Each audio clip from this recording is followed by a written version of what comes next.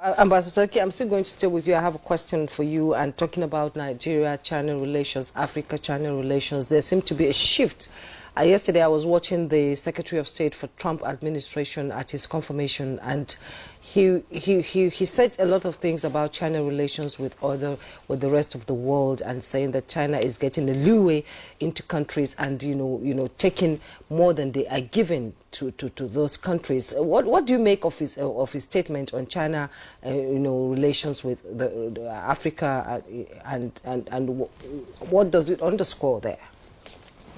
Well, I think, we shouldn't be unduly worried or concerned about the perception of other countries in terms of our relationship with China. We are a sovereign, independent country, and our decisions are based on clear, level-headed assessment of our interest in terms of the security of our country, in terms of the development of our country, in terms of the dignity of our country, in terms of the promotion of the welfare and well-being of the Nigerian citizens.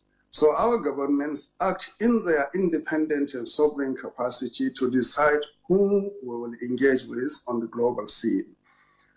The Americans pursue China within the larger geopolitical rivalry that have been unfolding in the last 20 years or so between the two countries, America and China, which doesn't really concern us. This is their own affair.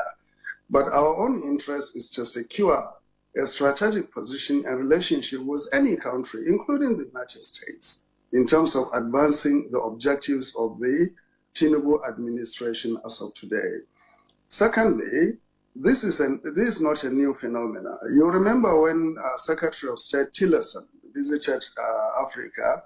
Before he came, I think he delivered a speech either in Harvard University or one of the universities in America, whereby he contextualized U.S. relations with Africa on the basis of rivalry with China and Russia.